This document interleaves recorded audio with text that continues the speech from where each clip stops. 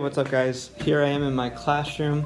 I'm sorry you probably get sick of seeing me here, but hey, so I want to tell you something that I've been thinking about this weekend, just with everything going on with Easter and with Good Friday, and thinking about Jesus' death and his resurrection and how all the stuff that happened there. There was something that really stood out to me that I want to share with you, and that thing that stood out was the way Peter. The way he rejected God, and then the way Jesus drove him back to himself. So listen close. I think there's something really good for all of us. It was good for me to hear for sure. So we know Peter denied Jesus, right? He denied him 3 times. Even after committing to stay true to him no matter what, he said he would follow him to death.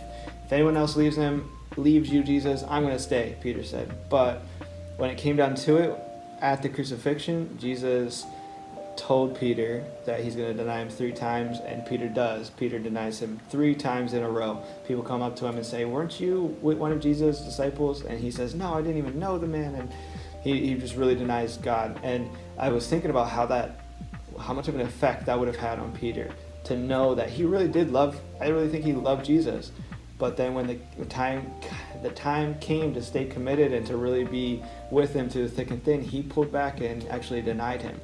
I can imagine that Peter was feeling just like trash at that point. He felt like the one person he truly loved and wanted to follow, he gave up on. And I was just kind of let my mind think about what it would be like to be Peter in that situation. I'm sure he hated himself. For those 3 days when Jesus was dead, he was, I'm sure, just beat himself up like crazy and was discouraged and depressed, knowing that his Jesus, that he had denied him. And but it's really beautiful the way that God, I always say God instead of Jesus, whatever, the same, whatever. I love the way that Jesus pulled Peter back to himself. So Jesus had said that he's going to build the church off of Peter. He called Peter because his name means rock.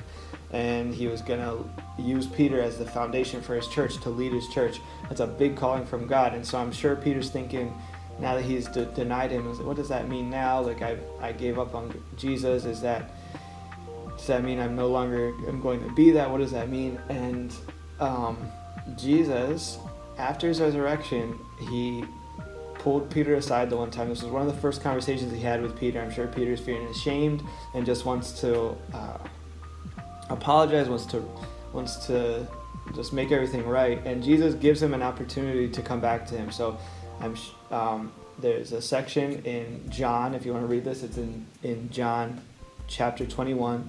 It's the last, I think it's verses 15 and on, I believe, but you can double check me on that. There's this little conversation between Jesus and Peter, and Jesus 3 times says, "Peter, do you love me?" Each time Peter says, "Yes, I love you, Jesus." And then Jesus replies, "Then feed my sheep." And I always thought it was weird because Jesus just repeated the same thing 3 times. But I was thinking about it. I wonder if this was Jesus taking the opportunity to get Peter to reaffirm his love to him, to give him an opportunity to say, "I do love you, Jesus. I do love you, Jesus. I do love you, Jesus." Just like he denied him 3 times, he gave him the opportunity to reaffirm his love for him 3 times. And then beyond just that, he also told him, "Then feed my sheep," meant then go lead my people. That's basically what he was saying. And so along with letting Peter reaffirm his love, he also reminded him of his call to go lead the church.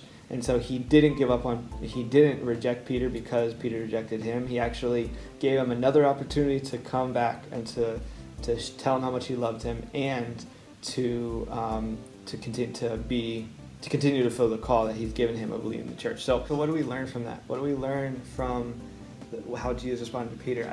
I want you guys to know this is what I heard from God yesterday, and I think it's what you guys need to hear too, is that just like Peter, Jesus is offering us that opportunity to come back and say, "Jesus, I do love you, and I do want to do what you want. I do want to do what you've called me to.